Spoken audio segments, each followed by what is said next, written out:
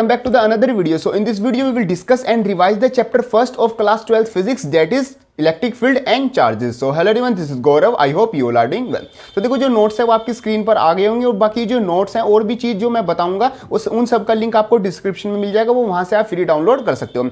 इस वीडियो में हम चैप्टर फर्स्ट के सभी टॉपिक्स को बिल्कुल अच्छे से रिवाइज करने वाले, अच्छे से डिस्कस करने वाले, ताकि किसी भी टाइप के एग्जामिनेशन में, स्कूल के एग्जाम, जो बोर्ड एग्जाम होंगे और जो CUT एग्जामिनेशन होगा, उसमें किसी भी टाइप का आपका क्वेश्चन है आप उसको क्या है इजिली अटेम्प्ट कर पाओगे. देखो शुरुआत करते हैं अपनी चैप्टर के डिवीजन से. देखो सबसे पहले आता है हमारे पास इलेक्ट्रोमैग्नेटिज्म. इलेक्ट्रोमैग्नेटिज्म का मतलब क्या होता है? जो कॉम्बिनेशन होता है ना इलेक्ट्रिकल और मैग्नेटिक फिनोमिना का, उनको हम बोलते हैं इलेक्ट्रोमैग्नेटिज्म. इसमें हमारी दो चीजें आती हैं. सबसे पहले आता है हमारा इलेक्ट्रोस्टैटिक और दूसरी चीज आती है हमारी इलेक्ट्रोडायनेमिक्स. देखो इलेक्ट्रोस्टैटिक का मतलब क्या होता है? जब जो आपका जो चार्ज होता है ना वो मतलब स्टैटिक मीन्स एक रेस्ट पोजिशन पर हो, उसकी स्टडी को मीन्स उस ब्रांच को जो स्टडी करती है जब चार्ज रेस्ट पे हो, उसको हम बोलते हैं इलेक्ट्रोस्टैटिक. और यहाँ पर आपको बात क्या ध्यान रखनी है कि जब जो चार्ज है वो रेस्ट पर होता है वो क्या है इलेक्ट्रिक फील्ड. यहाँ पर देखो सब कुछ नोट्स में सब कुछ अच्छे से लिखा हुआ है, वो आप ये आराम से पढ़ भी लेना. पहले अब चीज़ों को समझते जाओ.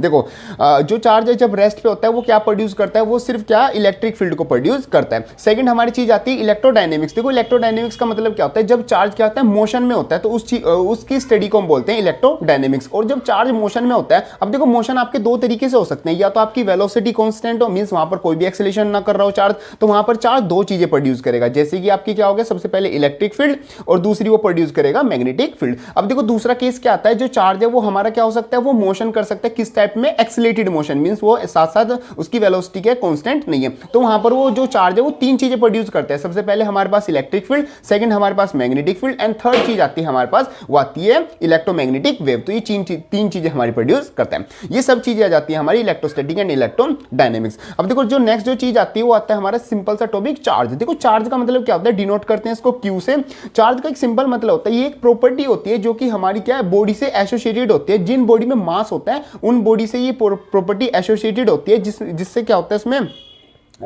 वो क्या करती है इलेक्ट्रिकल चीज़ों को प्रोड्यूस करती है और एक्सपीरियंस करती है. मींस इलेक्ट्रिक करंट बोल सकते हैं, या फिर जो इलेक्ट्रिक और मैग्नेटिक इफेक्ट होते हैं ना उनको प्रोड्यूस करना और उनको क्या एक्सपीरियंस करना, उस प्रॉपर्टी को बोलते हैं अपना चार्ज. Q से हम डिनोट करते हैं. अब देखो यहाँ पर कुछ प्रॉपर्टीज की बात कर लेते हैं हम अपने चार्ज की. सबसे पहले चार्ज क्या होता है? एडिटिव इन नेचर होता है. जैसे हम सिंपल मैथ्स में प्लस माइनस करते हैं ना, सिंपल ऐसे ही होता है. जैसे मान लो हमारे पास +5 चार्ज है और हमारे पास क्या है नेगेटिव, यहाँ पर जैसे हमारे पास +5 Q है और हमारे पास क्या है -3Q है. एक पॉजिटिव चार्ज है, एक नेगेटिव चार्ज है. तो हम इनको जैसे नॉर्मल बोर्ड मास के अकॉर्डिंग प्लस करते हैं ना, जैसे सिंपल मैथ्स में ऐसे करते हैं. जैसे 5 + -3 = क्या आ जाएगा? हमारा +2Q आ जाएगा. तो चार्ज क्या होता है? हमारा एडिटिव इन नेचर होता है. सेकंड बात करते हैं जो चार्ज होता है वो हमारा कंजर्व होता है. जैसे E = mc², वो वाली हमारी इक्वेशन. और साथ साथ जो चार्ज है वो कंजर्व है. वो सिंपल हमारे जो इलेक्ट्रॉन्स है वो एक हमारे एटम से बोल सकते हैं या फिर एक एलिमेंट से दूसरे एलिमेंट में जाते हैं. हमारे क्या है कोई भी चार्ज क्या है मतलब कि खत्म नहीं होता, मतलब ना क्रिएट हो सकता ना खत्म हो सकता, बस वही एक दूसरे में कन्वर्ट होता रहता है. थर्ड बात आती है क्वांटाइजेशन ऑफ चार्ज. चार्ज मतलब क्या होता है? क्वांटाइज्ड फॉर्म में होता है. मींस चार्ज की कोई फ्रैक्शनल वैल्यू नहीं होती. या तो हमारे पास 5 चार्ज होंगे या फिर 7 चार्ज होंगे या फिर 8 चार्ज होंगे. ऐसा नहीं होगा कि 3.5 चार्ज है या फिर 9.7 या फिर 9/7 पॉइंट में और फ्रैक्शन में वैल्यू नहीं होगी, पूरी चार्ज हमारी वैल्यू होगी. नेक्स्ट बात करते हैं चार्ज इज इनवेरिएंट. इनवेरिएंट का मतलब है जिन बॉडी में मास है वहीं पर हमारा चार्ज एग्जिस्ट करेगा. ऐसा नहीं होगा.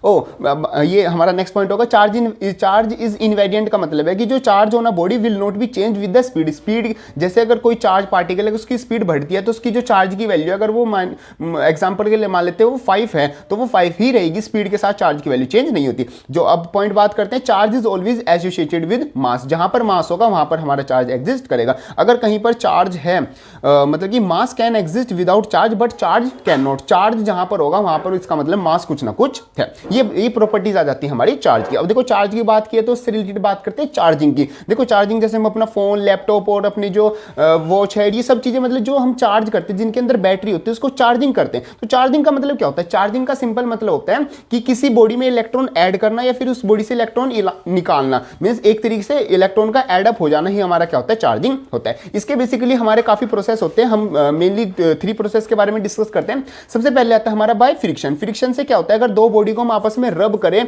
किन्हीं दो बॉडी को आपस में रब करें, इलेक्ट्रिकली चार्ज हो जाती है तो बॉडी आपस में क्या हो जाती है? वो चार्ज हो जाती है. मींस एक का चार्ज दूसरे में चार्ज में शिफ्ट हो जाता है बाय फ्रिक्शन. मींस रगड़ने से, मींस आपस में टच करने से. ये हो गया हमारा फर्स्ट मेथड. सेकंड हमारा मेथड आता है बाय कंडक्शन, कंडक्शन में क्या होता है, हमारे पास दो बॉडी होती है। फॉर एग्जांपल हमारे पास ये क्या होगी, दो बॉडी होगी। मान लो इस मार्कर में हमारा क्या है, चार्ज है, और क्या है, इस पेन में कोई भी चार्ज नहीं है। तो ये जो मार्कर है ना, हम इसको क्या है, इससे क्या है, फिजिकल कॉन्टैक्ट करा देंगे। तो जब ये कॉन्टैक्ट में आ जाएगा तो जो इसका चार्ज है वो इसमें भी फ्लो होने लग जाएगा। तो दूसरी बॉडी में हमारे पास क्या हो जाएंगे, इलेक्ट्रॉन क्या चले जाएंगे। तो इलेक्ट्रॉन जाने से वो बॉडी क्या हो जाएगी, चार्ज हो जाएगी। ये आ जाता है हमारा सेकंड मेथड, जो कि आता है हमारा बाय कंडक्शन। थर्ड हम बात करते हैं बाय इंडक्शन। देखो इंडक्शन भी कंडक्शन जैसा ही, बस इसमें हमारा क्या फिजिकल कॉन्टैक्ट नहीं होता। इसको हम किस तरीके से करते हैं, हमारे पास एक चार्ज बॉडी होती है और दूसरी अनचार्ज बॉडी होती है। हम जो चार्ज बॉडी है उसको पहले, जो अनचार्ज बॉडी है उसको अर्थ मतलब इसकी अर्थिंग कर देते हैं, ग्राउंडिंग कर देते हैं, और फिर इसको इसके पास लाते हैं। और जब इसको इसके पास लाते हैं तो पास लाने से मीन्स यहाँ पर टचिंग नहीं हो रही है, यहाँ पर सिर्फ क्या इसके पास लाया जा रहा है, और जो इसका चार्ज होता है वो क्या है, बाय कंडक्शन मेथड, इसमें क्या हो जाता है, फ्लो हो जाता है। इस प्रोसेस को हम बोलते हैं बाय कंडक्शन। और जो चार्ज की वैल्यू एक्वायर होती है, मींस जो अनचार्ज बॉडी थी, जो उसमें बाय कंडक्शन चार्ज की वैल्यू आ जाएगी, वो देखो यहां पर आती है Q dash is equal to Q bracket 1 minus 1 upon K। और यहां पर जो K होता है वो हमारा इलेक्ट्रिक कांस्टेंट होता है। ये हमारी वैल्यू Q डैश वैल्यू आ जाती है, जो अनचार्ज बॉडी में जब वो चार्ज हो जाएगी उस इतनी वैल्यू आएगी। और यहां पर जो K होता है वो इनफाइनाइट होता है, किसके लिए, मेटल्स के लिए, और नॉन मेटल्स के लिए K हमारा इनफाइनाइट से मतलब कि कम वैल्यूज की होती है। ये सब आता है हमारा चार्जिंग से रिलेटेड। नेक्स्ट बात करते हैं अर्थिंग। देखो अर्थिंग का मतलब क्या होता है, आपने हर घर में ये होती है, और मतलब जब आप इलेक्ट्रिशियन आते हैं या फिर आपने इलेक्ट्रिसिटी का कभी काम देखा होगा, तो वहाँ पर ये एक वायर जरूर होती है अर्थिंग की। तो उसके अर्थिंग में क्या होता है, अर्थिंग में क्या होता है कि जब आप मतलब किसी के पास एक्स्ट्रा इलेक्ट्रॉन है तो वो अर्थ को दे देता है, या फिर उसके पास अगर कम इलेक्ट्रॉन है तो वो अर्थ से ले लेता है। तो मतलब कि अपने आप को क्या न्यूट्रल करना है एक तरीके से, तो उस प्रोसेस को हम बोलते हैं अर्थिंग। और जो अर्थ होती है वो हमारी होल न्यूट्रल होती है, मीन्स उसके अंदर कितने भी इलेक्ट्रॉन डाल लो या फिर उससे कितने भी इलेक्ट्रॉन या फिर चार्ज ले लो, वो क्या होता है, न्यूट्रल ही रहती है, क्योंकि वो बहुत ज्यादा बड़ी मतलब बहुत ज्यादा चार्ज एक्वायर कर सकती है। इसको हम बोलते हैं चार्जिंग। हम घर में क्या लगा के रखते हैं, एक वायर अर्थिंग की लगा के रखते हैं। मींस अगर घर में बाय चांस या गलती से कैसे भी शॉर्ट सर्किट या कुछ भी होने से एक्स्ट्रा करंट आ जाएगा, तो जो एक्स्ट्रा करंट है वो अर्थ में फ्लो हो जाता है। और अर्थ तो क्या है, मतलब कि एक बैंक होती है एक तरीके से, वो सारे चार्ज को एक्वायर कर लेती है। नेक्स्ट आपका बहुत इंपॉर्टेंट टॉपिक आता है इस चैप्टर से, जहां से एग्जामिनेशन में भी क्वेश्चन आएगा और सीयूटी में भी पक्का एक आधा क्वेश्चन आता है। अब देखो ये आता है कूलम्ब्स लॉ। कूलम्ब्स लॉ जैसे आपका ग्रेविटेशन लॉ था ना आपका नाइन्थ क्लास में, सेम ऐसे ही आता है आपका कूलम्ब्स लॉ। मींस अगर आपके दो चार्जेस हैं, मान लो फॉर एग्जांपल ये आपके दो चार्जेस है, इनके बीच में कुछ डिस्टेंस है, डिस्टेंस मान लेते हैं r डिस्टेंस है, ये Q1 चार्ज है, ये Q2 चार्ज है।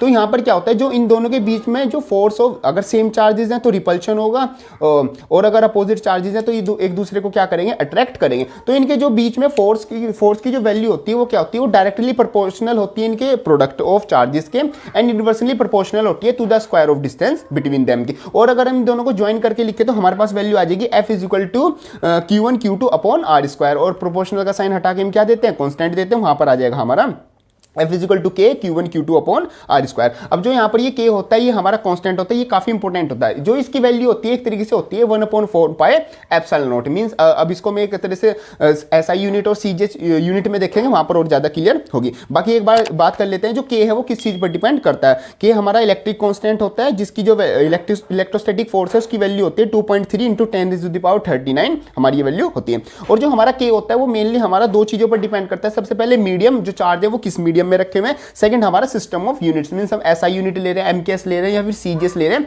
उस सिस्टम पर डिपेंड करता है।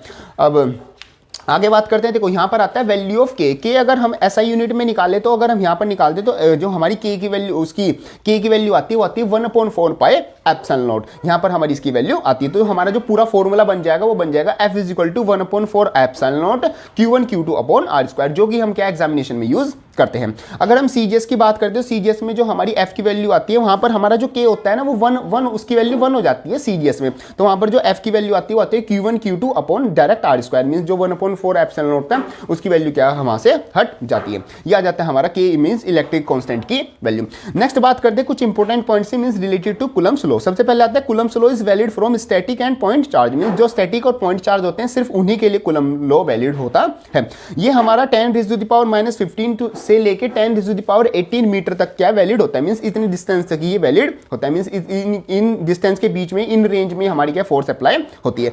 आगे बात करते हैं force between two charges is independent of presence of other charge. अगर ये दो फोर्स है, दो चार्जेस है, तो इनके बीच में जो फोर्स लगी हुई है वो इंडिपेंडेंट होगी अगर कोई हम क्या है ये यहाँ पर थर्ड चार्ज लगा दे तो इन दोनों की फोर्स पे बीच में कोई इफेक्ट नहीं पड़ेगा इस थर्ड चार्ज के आने से। ये आ जाता है हमारा कूलम्ब्स लॉ की एक तरह से इंपॉर्टेंट पॉइंट। आगे बात करते हैं the area and the volume of the charges will be zero. जो हमारा क्या होगा चार्ज होता है और उसका एरिया और वॉल्यूम हमारा क्या बिल्कुल नेग्लिजिबल होता है क्योंकि चार्जेस पॉइंट चार्जेस होते हैं बहुत ज्यादा छोटे छोटे होते हैं। नेक्स्ट बात करते हैं परमिटिविटी। देखो परमिटिविटी का अगर डेफिनेशन पढ़े उसकी डेफिनेशन से क्लियर हो जाएगा। यह है it is basically the measurement that how strongly a medium is influenced when the electric field is stabilised in it. Means ये क्या होता है, ये मेजरमेंट होता है एक तरीके से किसका कितना हमारा जो मीडियम है वो कितना स्ट्रांगली इन्फ्लुएंस हुआ है किससे, जो भी हमने वहां पर क्या इलेक्ट्रिक फील्ड बनाई हुई है। मींस अगर ये चार्ज था इसके आसपास इलेक्ट्रिक फील्ड थी तो ये चार्ज या फिर कोई भी अगर बॉडी है तो उस इलेक्ट्रिक फील्ड से वो कितनी इन्फ्लुएंस है, उस इन्फ्लुएंस के अमाउंट को हम बोलते हैं परमिटिविटी। क्लियर है। अब देखो यहां पर एक डेफिनेशन आती है 1 कूलम। 1 कूलम के लिए जो हमारा फॉर्मूला था ना F = 1/4 पाई epsilon naught Q1 Q2 upon r²। वहां पर Q1 और Q2 की वैल्यू 1 1 रख दो और r की वैल्यू भी 1 मीटर आप रख दो और फिर अगर सोल्व करते हो तो f की वैल्यू 1/4 एप्सिलॉन नॉट आ जाती है। तो वहां से हम अपना 1 कूलम की डेफिनेशन बना सकते हैं कि when two same charges it is defined as the charges which repel equal similar with a force of 10 raised to the power 9 into 10 raised to the power 9 Newton which is at the distance of 1 meter between them। Means दो charge है, simple अगर और simple word में समझो आपके दो charges है, same charges है, इसकी भी वैल्यू 1 क्यू है पॉजिटिव का, इसकी वैल्यू 1 क्यू है और इनके बीच में क्या है 1 मीटर डिस्टेंस है। तो अब इन दोनों के बीच में जो फोर्स लगेगा ना, अब देखो सेम चार्ज है तो कौन सा फोर्स लगेगा, रिपल्शन फोर्स लगेगा। तो जो दोनों के बीच में जो फोर्स लगेगा उसकी वैल्यू होगी 9 into 10 raised to the power 9 Newton. ये आ जाता है हमारा डेफिनेशन ऑफ 1 कूलम। चलो आगे बात करते हैं vector form of coulomb law. देखो वेक्टर फॉर्म जैसे हमारी न्यूटन का थर्ड लॉ आता था कि ये बॉडी क्या है, इस बॉडी पर अगर फोर्स लगा रही है तो ये बॉडी भी इस बॉडी पर फोर्स लगाएगी। Means every action have equal and opposite reaction. First second पर लगाएगी और सेकंड फर्स्ट पर लगाएगी। तो यहां पर आ जाता है F21 = माइनस का F12। मींस फर्स्ट ने सेकंड पर लगाया और सेकंड ने फर्स्ट पर लगाया अपोजिट में। ठीक है, बात करते हैं नेक्स्ट आता है हमारा डाइलेक्ट्रिक कांस्टेंट या फिर हम इसको बोल सकते हैं रिलेटिव परमिटिविटी और इसको हम डिनोट करते हैं ER से या फिर हम डिनोट कर देते हैं K से। देखो इसका पॉइंट क्या होता है, अगर हम दो चार्जेस को ले और उनको हम क्या रखें वैक्यूम में रखें तो उनके बीच हम अपनी फोर्स की वैल्यू निकाल सकते हैं। अब इन्हीं दो चार्जेस को जितना इनके बीच में डिस्टेंस था उतना ही रखेंगे और हम किसी और मीडियम में रख देते हैं। मान लो पहले हमने किसी और मीडियम में रखे थे, अब हमने किसी दूसरे मीडियम में रख दें और यहां पर सेम डिस्टेंस है दोनों के बीच में भी और चार्ज की वैल्यू भी सेम ही है, तो वहां पर कुछ फोर्स की वैल्यू निकली होगी। अब इस मीडियम में अगर हम फोर्स की वैल्यू निकालें तो उन दोनों का जो हमारा फोर्सेस का रेशियो होता है उसको हम बोलते हैं अपना डाइलेक्ट्रिक कांस्टेंट। मींस K = हमारा क्या जाता है एक तरह से F1/F2 आ जाता है या फिर K =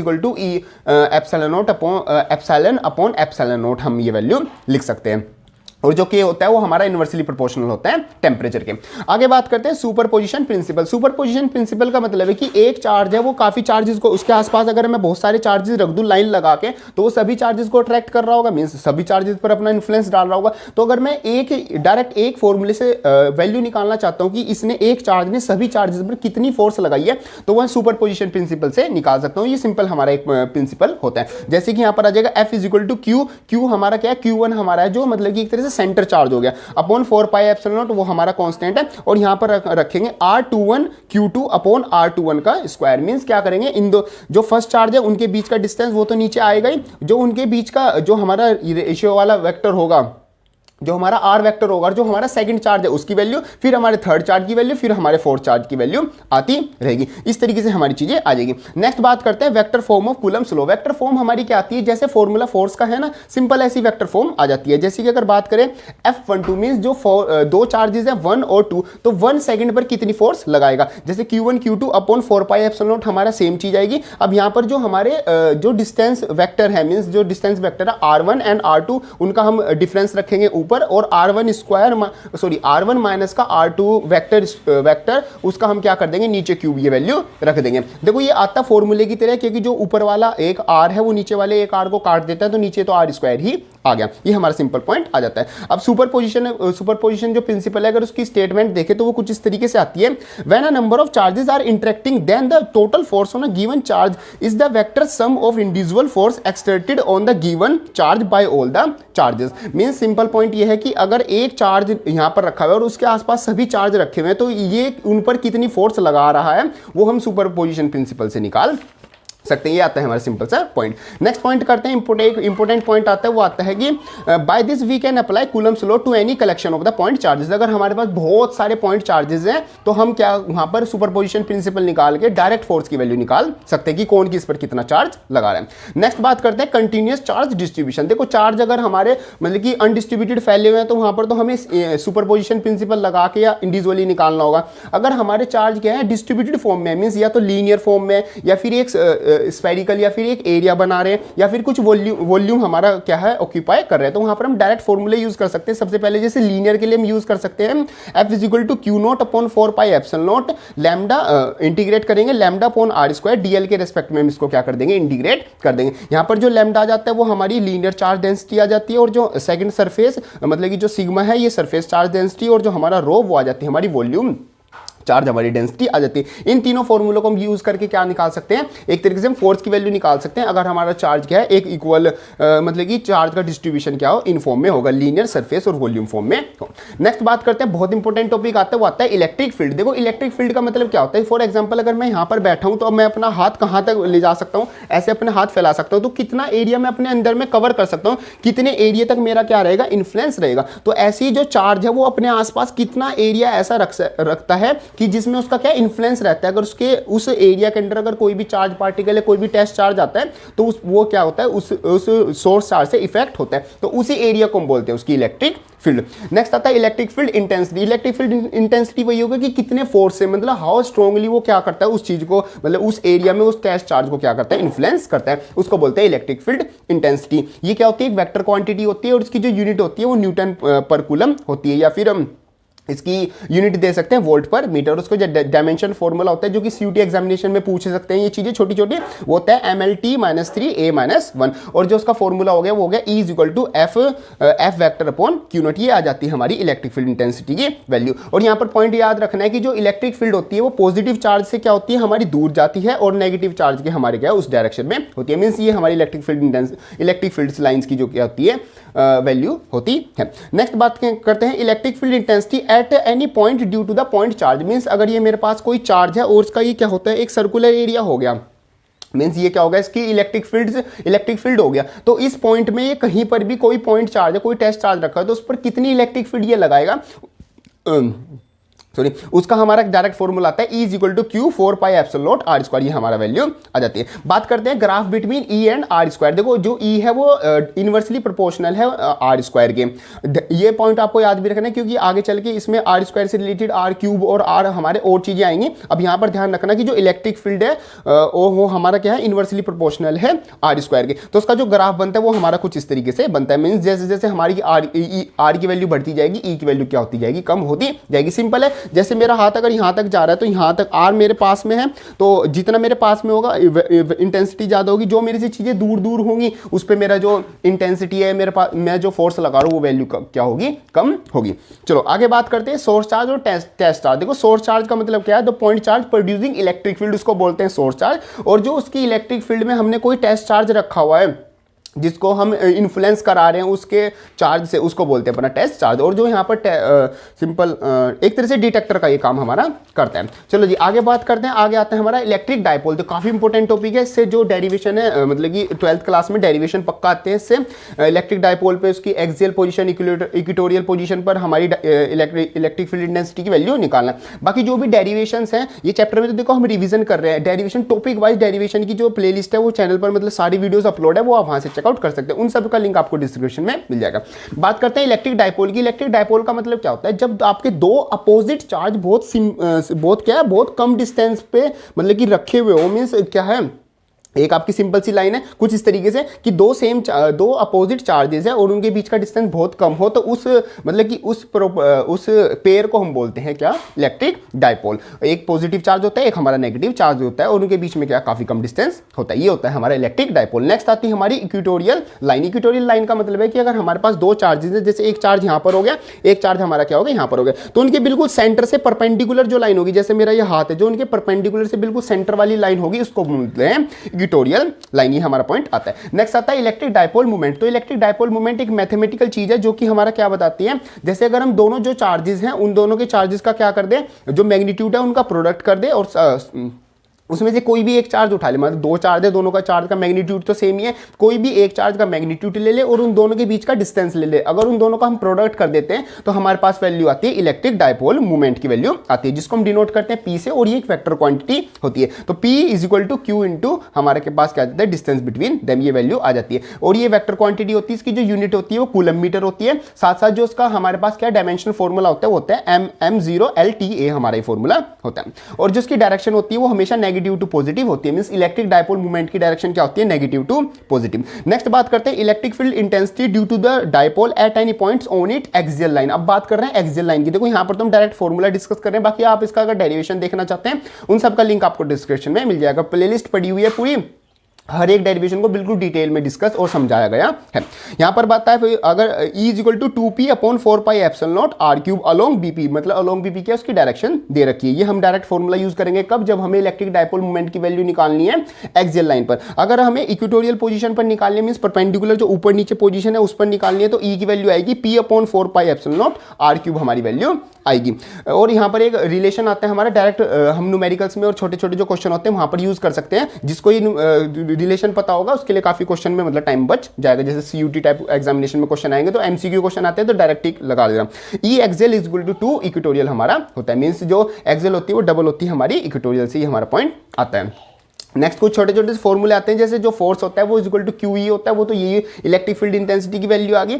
अब यहाँ पर एक हमारा क्या आता है टॉर्क से रिलेटेड फॉर्मूला आता है, तो टॉर्क होता है torque is equal to P cross हमारा क्या होता है E होता है, मींस P क्रॉस E, P हमारा डायपोल मोमेंट, E हमारी इलेक्ट्रिक फील्ड इंटेंसिटी, यहाँ पर हमारा टॉर्क आता है। तो यहाँ पर एक डेफिनेशन बन जाती है डायपोल मोमेंट की, जो कि है dipole moment is numerically equal to the torque which act on the dipole when it is placed perpendicular to the uniform electric field in a unit strength. Means अगर हम देखो यहाँ पर हमारी जैसे ये सारी लाइन मान लो, ये सारी लाइन आ गई, तो यहाँ पर मैं क्या रख रहा हूँ, इनमें डायपोल रख रहा हूँ, तो मैं कुछ इस पोजीशन पे डायपोल रख रहा हूँ, तो ये जो डायपोल को है ना ये इस पर फोर्स लगाएंगे, कुछ मतलब कुछ टॉर्क लगाएंगे इसको क्या अपनी पोजीशन में अलाइन करने के लिए। तो ये हमारा क्या है एक मतलब अलग टॉपिक आ जाता है। अब यहाँ पर देखो 3 केसेस बनते हैं, तो एक तो हो सकता है कि मैंने जो इलेक्ट्रिक डायपोल मूवमेंट रखा हुआ है या फिर जो इलेक्ट्रिक डायपोल मूवमेंट है इलेक्ट्रिक फील्ड लाइंस में वो सीधा, मींस उसका जो थीटा है वो क्या है 0 है, मींस वो अलाइन है किसमें हमारी इलेक्ट्रिक फील्ड लाइंस में, तो वहां पर जो टॉर्क की वैल्यू होगी वो भी 0 होगी, क्योंकि वहां पर कुछ काम तो करना पड़ा नहीं, वो तो पहले सीधा रखा था।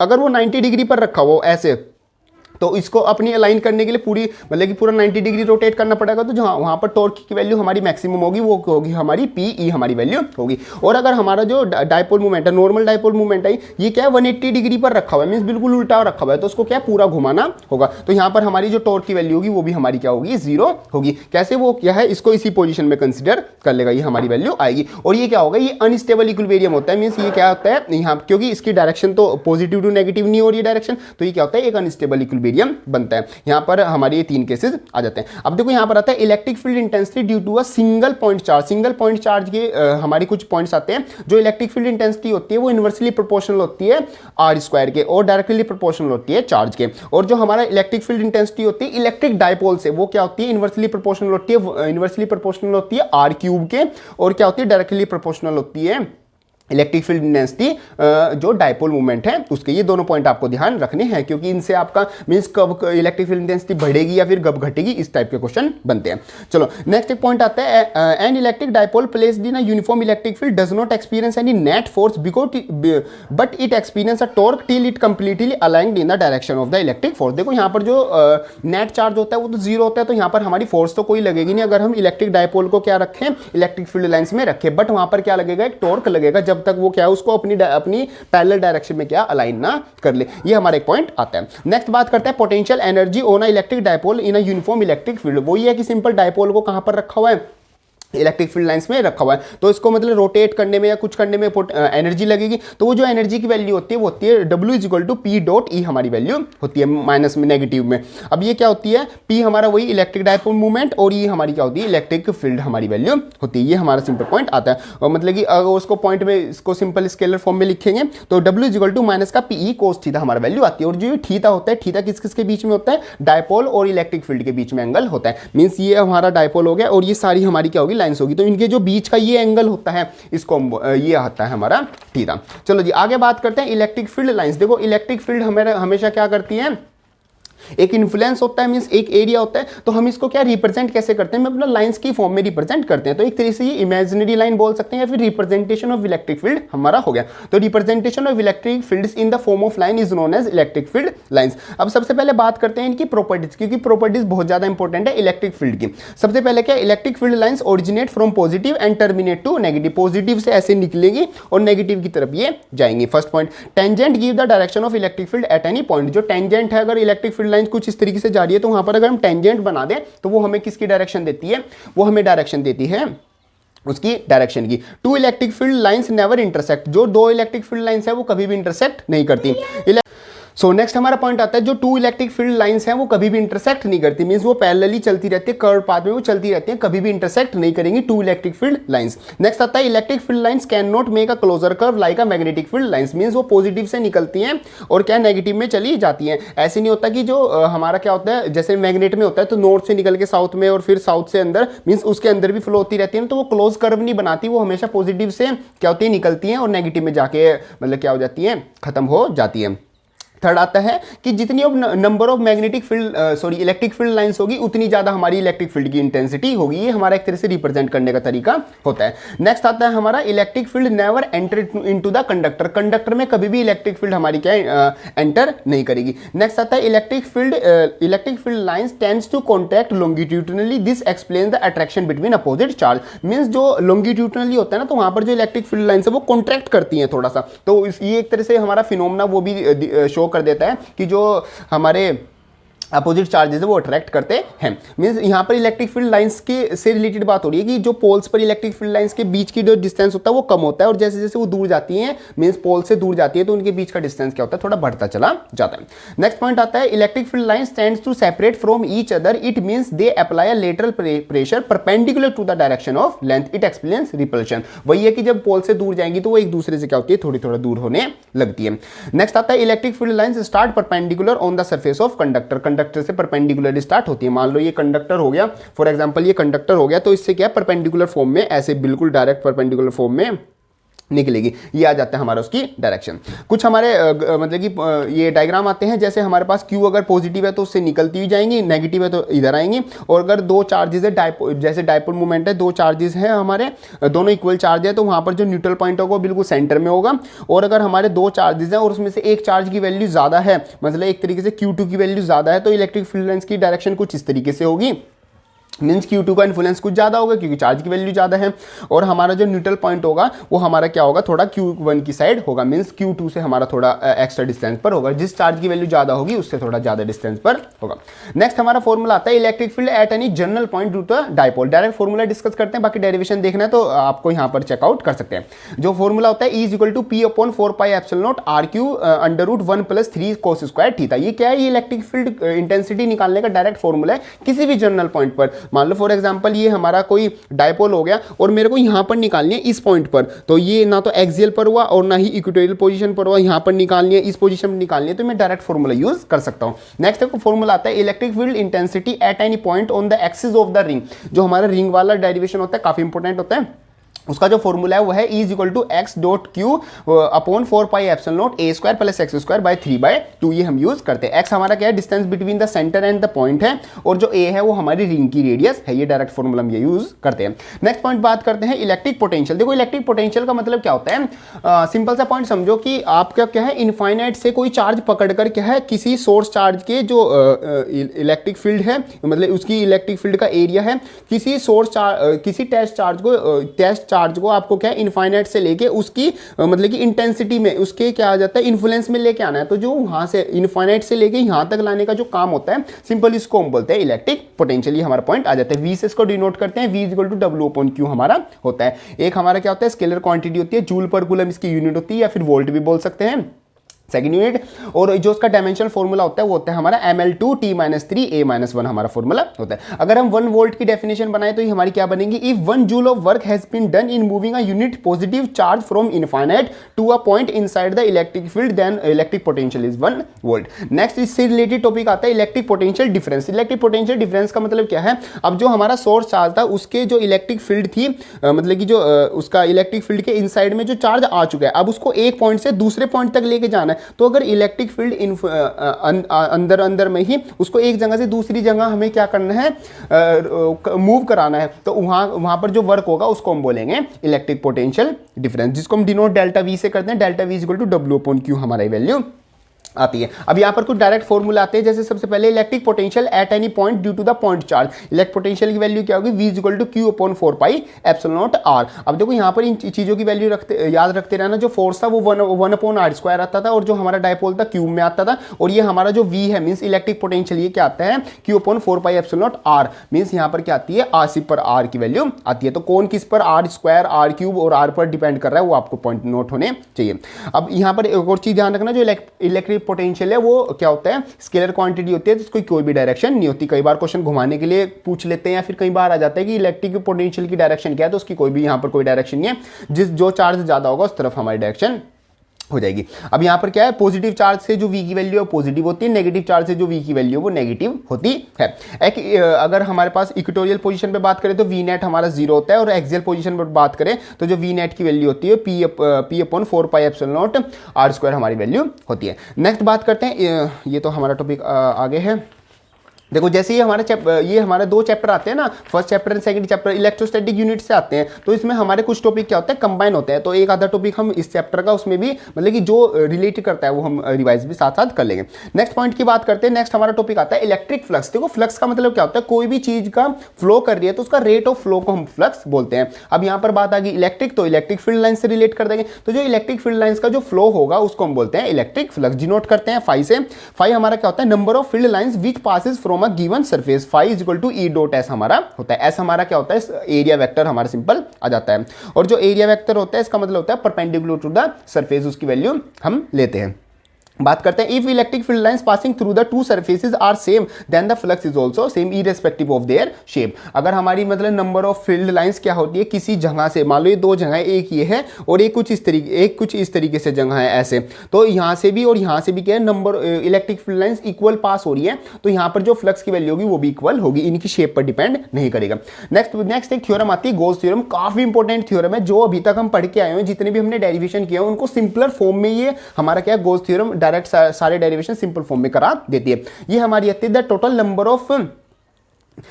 Number of flux passing through any close surface is equal to 1 upon epsilon naught times the total charge enclosed by that surface. Means अगर हम क्या निकालना चाहते हैं, फ्लक्स की वैल्यू निकालना चाहते हैं, the total number of flux, वो क्या होगा, वो टोटल नंबर ऑफ फ्लक्स हमारा किसका होगा, 1 अपॉन एप्सिलॉन नॉट चार्ज के इक्वल हमारा होगा। Means flux is equal to Q upon epsilon naught हमारी वैल्यू होती है। और ये जो हमारी पूरा जो सरफेस एरिया होता है उसको हम बोलते हैं गॉसियन सरफेस। अब इसकी हमारी मेन जो चीज आती है वो आती है एप्लीकेशन बहुत सारी हैं। जैसे सबसे पहले आती है electric field intensity due to the infinite long straight wire. वो हमारे इसके पास डायरेक्ट फॉर्मूला क्या होगा, is equal to Q upon 2 pi R L upon into epsilon naught. ये हमारा डायरेक्ट फॉर्मूला हो गया। और यहाँ पर अगर हम जो क्यू अपॉन एल है उसकी वैल्यू हम क्या रख सकते हैं, लैम्डा भी रख सकते हैं। नेक्स्ट फॉर्मूला आता है electric field intensity due to are uniformly charge solid conducting spheres on a thin spherical sheet. इसका जो डेरिवेशन है वो भी काफी इंपॉर्टेंट होता है, उसकी डायरेक्ट फॉर्मूले ये भी हमारे इंपॉर्टेंट होते हैं। ये तीनों हमारे फॉर्मूले आ जाते हैं। एक बार हम जो हमारी जो पॉइंट है मींस जहां पर हम चार्ज रख रहे हैं, जहां पर हम वैल्यू निकाल रहे हैं इलेक्ट्रिक फील्ड इंटेंसिटी की, वो रेडियस से ज़्यादा है, एक बार रेडियस के इक्वल और एक रेडियस से कम। ऐसे ही हमारा नॉन कंडक्टिंग सॉलिड स्फीयर के लिए आता है, उसमें भी हम आर की 3 वैल्यू इस तरीके से रखते हैं। ये हमारे तीनों फॉर्मूले आ जाते हैं। बात करते हैं आगे electric field intensity due to a infinite plate sheet of charge, जो कि नॉन कंडक्टिंग है, वो आती है is equal to sigma upon 2 pi two epsilon naught. ये हमारी वैल्यू आती है। नेक्स्ट आता है electric field intensity due to a 2 infinite sheet parallel sheet, जो कि सेम चार्ज की हमारी आती है। तो हमारे पास 2 पैरेलल शीट है, जिसकी फर्स्ट की जो इंटेंसिटी है वो सिग्मा 1 है, सेकंड की सिग्मा 2 है। तो 3 पोजीशन पर ये जो फर्स्ट सेकंड थर्ड आपको दिख रही है। यहाँ पर अगर हम जो अपना इलेक्ट्रिक फील्ड इंटेंसिटी की वैल्यू निकालेंगे तो वो कुछ इस तरीके से आएगी। और अगर हम यहाँ पर जो चार्जेस है, दोनों जो प्लेट्स हैं, शीट्स हैं, उनके चार्जेस डिफरेंट कर दें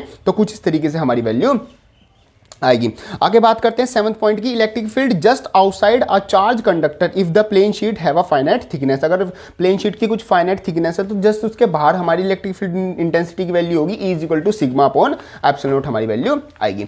नेक्स्ट एक रिलेशन आता है E और V में। E मतलब हमारी जो इलेक्ट्रिक फील्ड इंटेंसिटी होगी और V मतलब हमारा एक तरह से पोटेंशियल डिफरेंस। तो काफी इंपॉर्टेंट है क्योंकि ये यूनिफॉर्म और नॉन यूनिफॉर्म दोनों में हमारा लग जाता है। मींस यहाँ पर यूनिफॉर्म और non uniform electric field line से दोनों में फॉर्मूला यूज कर सकते हैं। E इक्वल टू माइनस का dV अपॉन dr ये हमारा फॉर्मूला होता है।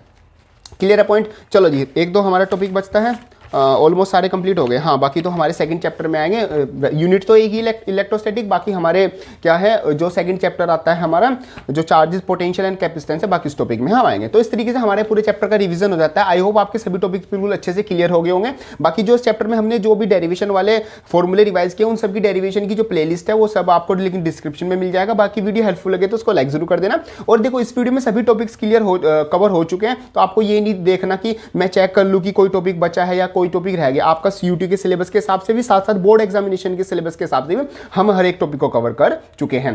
तो ये वीडियो देखने के बाद आप मतलब कि फ्री हो सकते हो कि बस ये वाले नोट्स अगर आप पढ़ लो या फिर इनसे रिलेटेड इनको ही थोड़ा डीपली पढ़ लो, तो भी आपके एग्जामिनेशन में किसी भी टाइप का एग्जामिनेशन हो आप हर टाइप का क्वेश्चन क्या कर सकते हो, इजीली अटेम्प्ट कर सकते हो।